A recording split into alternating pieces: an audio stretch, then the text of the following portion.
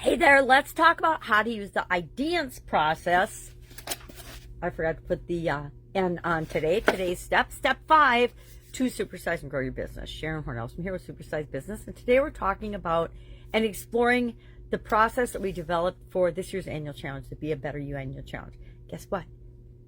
I don't know if it's a secret or not, but if you become a better person, everything around you becomes better, including the business you're working on growing and building and supersizing.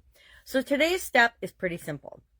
It actually takes longer to do than it does to describe how to do it because it's pretty self-evident.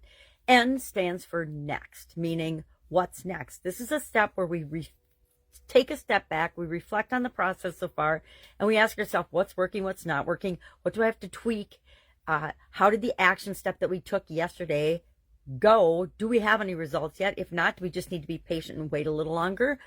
What's next? And as part of that, we reflect, we learn the lessons that are there to show for us to be learning from. Boy, that was lessons learned. A really roundabout way of saying it. So we want to capture the lessons learned. We want to note and document what went right, what didn't go right, what we want to try next time, and then we just determine what is the next right thing to do. What is our next step? What are we going to do next? Are we going to just hold and wait and see if the action that we took had an impact or not? Or are we going to take another action to compound our effort and try to get even faster results to get from where we are to where we want to be? With respect to confidence, of course, we're talking about confidence all this month. That's it. That's as hard as it is to explain. What's next? Next is the next step.